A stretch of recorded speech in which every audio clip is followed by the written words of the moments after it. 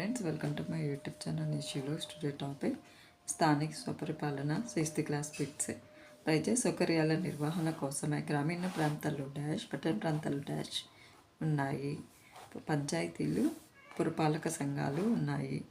భారతదేశంలో డాష్ రాష్ట్ర స్థాయి కంటే దిగువన ఉన్న ప్రభుత్వ అధికార పరిధిని సూచిస్తుంది. స్థానిక స్వపరిపాలన భారత రాజ్యాంగంలోని డాష్ స్థానిక స్వపరిపాలనను సూచిస్తుంది. ఆర్టికల్ 40 మన జాతిపిత డాష్ అభిప్రాయాలకు అనుగుణంగా రాజ్యాంగంలో చేర్చబడింది.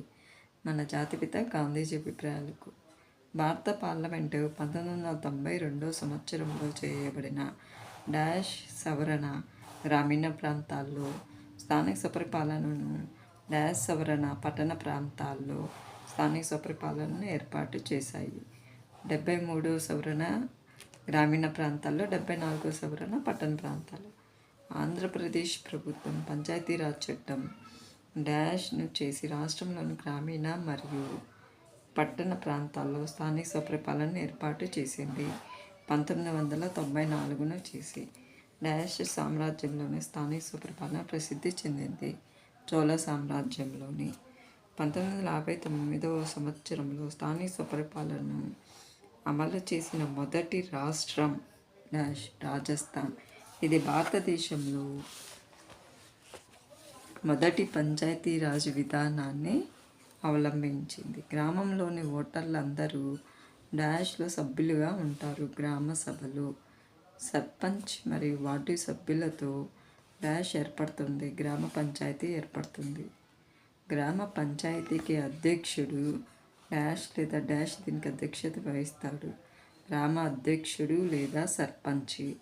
సాధారణంగా ప్రతి గ్రామాన్ని కొన్ని డాష్గా విభజిస్తారు. వార్డులు, వీధులు లేదా కాలనీలుగా విభజిస్తారు.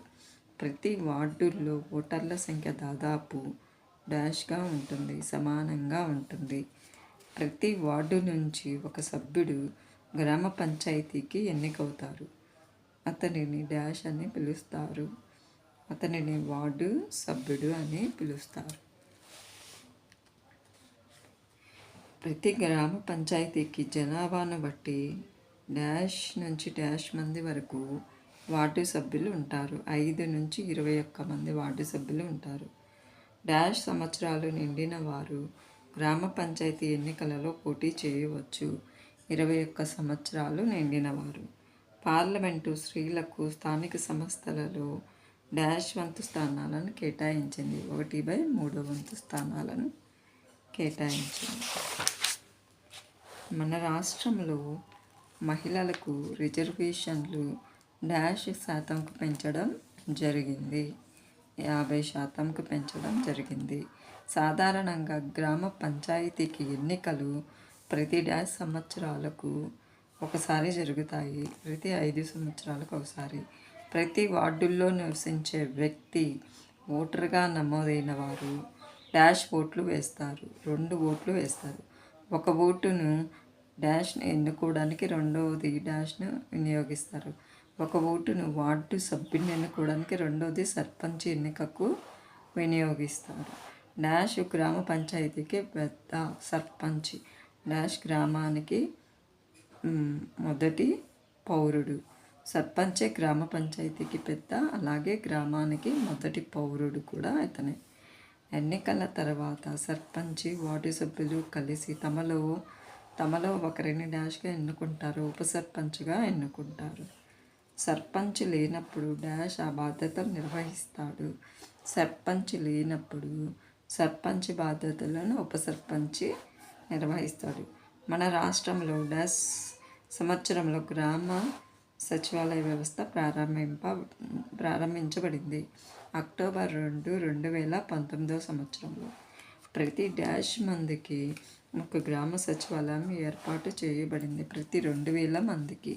ప్రతి గ్రామ సచివాలయంలో డాష్ మంది గ్రామ నిర్వాహకులు ఉంటారు లేదా ఉద్యోగులు ఉంటారు.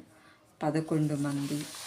గ్రామ సచివాలయం యొక్క ప్రధాన లక్ష్యం ప్రజలకు సమర్థవంతంగా, పారదర్శకంగా మరియు జవాబుదారీతనంతో ప్రభుత్వ సేవలను అందించడం.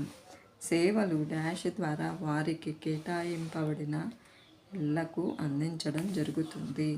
గ్రామ వాలంటీర్ల ద్వారా ప్రతి మండలంలో డాష్ నుండి డాష్ గ్రామ పంచాయతీలు ఉంటాయి. 20 నుండి 40 గ్రామ పంచాయతీలు ఉంటాయి. జిల్లాలోని అన్ని మండల పరిషత్తులు డాష్ ఆధ్వర్యంలో పనిచేస్తాయి. జిల్లా పరిషత్ ఆధ్వర్యంలో పనిచేస్తాయి. మండల పరిషత్ ప్రాదేశిక నియోజకవర్గ లేదా ఎంపీటీసీ సభ్యులను డాష్గా ఎన్నుకుంటారు. ఓటర్లే నేరుగా ఎన్నుకుంటారు. మండల పరిషత్ ప్రాదేశిక నియోజకవర్గాల సభ్యులు తమలో ఒక సభ్యుడిని డాష్ కాను మరొకరిని డాష్గా పరోక్ష ఎన్నిక ద్వారా ఎన్నుకుంటారు. మండలాధ్యక్షునిగాను ఉపాధ్యక్షునిగాను ఎన్నుకుంటారు. జిల్లా పరిషత్ సభ్యులను జిల్లా పరిషత్ ప్రాదేశిక నియోజకవర్గాల నుండి డాష్గా ఎన్నుకుంటారు. ఓటర్లు నేరుగా ఎన్నుకుంటారు. జిల్లా పరిషత్ ప్రాదేశిక నియోజకవర్గాల సభ్యులు తమలో ఒకరిని జిల్లా పరిషత్ చైర్మన్గాను మరొకరిని వైస్ చైర్మన్గాను పరోక్ష ఎన్నిక ద్వారా ఎన్నుకుంటారు. జనాభా పరిమాణాన్ని బట్టి డాష్ రకాల పురపాలక సంస్థలు ఉన్నాయి. మూడు రకాల పురపాలక సంస్థలు ఉన్నాయి. నగర పంచాయతీ నోటిఫైడ్ ఏరియా కౌన్సిల్ 20,000 నుండి 40,000 జనాభా ఉన్న ఏరియాను నగర పంచాయతీగా పరిగణించారు.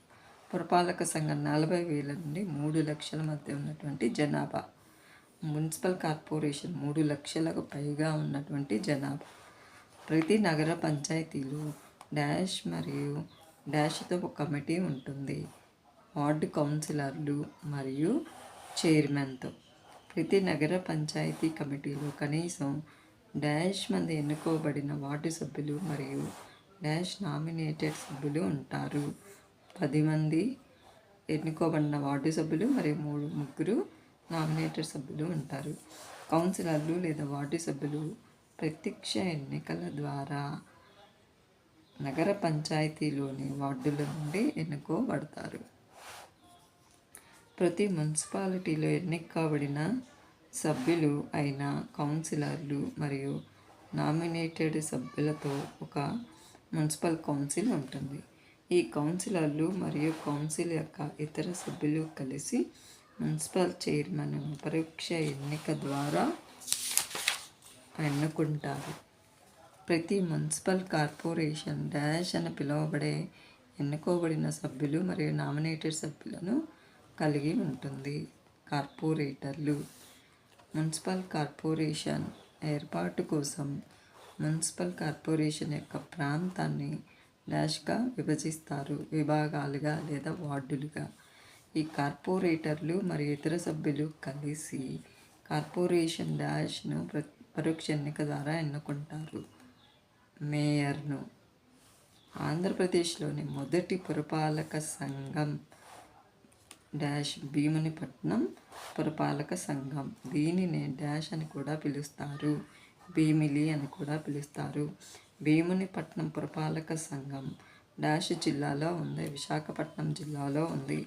దీనిని డాష్ సంవత్సరంలో స్థాపించారు. 1861 సంవత్సరంలో స్థాపించారు. డాష్ సంవత్సరంలో 150వ వార్షికోత్సవాన్ని భీమునిపట్నం పురపాలక సంఘం జరుపుకుంది 2011లో.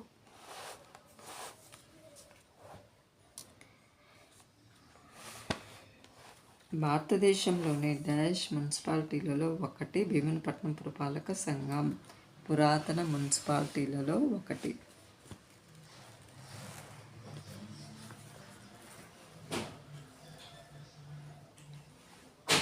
ప్రతి మున్సిపాలిటీని ఎన్నో విభాగాలుగా విభజిస్తారు. ప్రతి విభాగానికి ఒక డాష్ని నియమించి ఆయనకు బాధ్యతలు అప్పచెపుతారు. ఒక అధికారిని నియమించి. పురపాలక సంఘం ఎన్నో రకాల డాష్ విధిస్తుంది. పన్నులను విధిస్తుంది.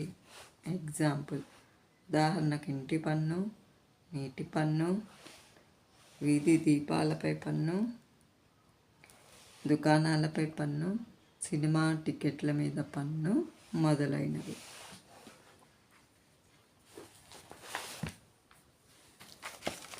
Thank you friends.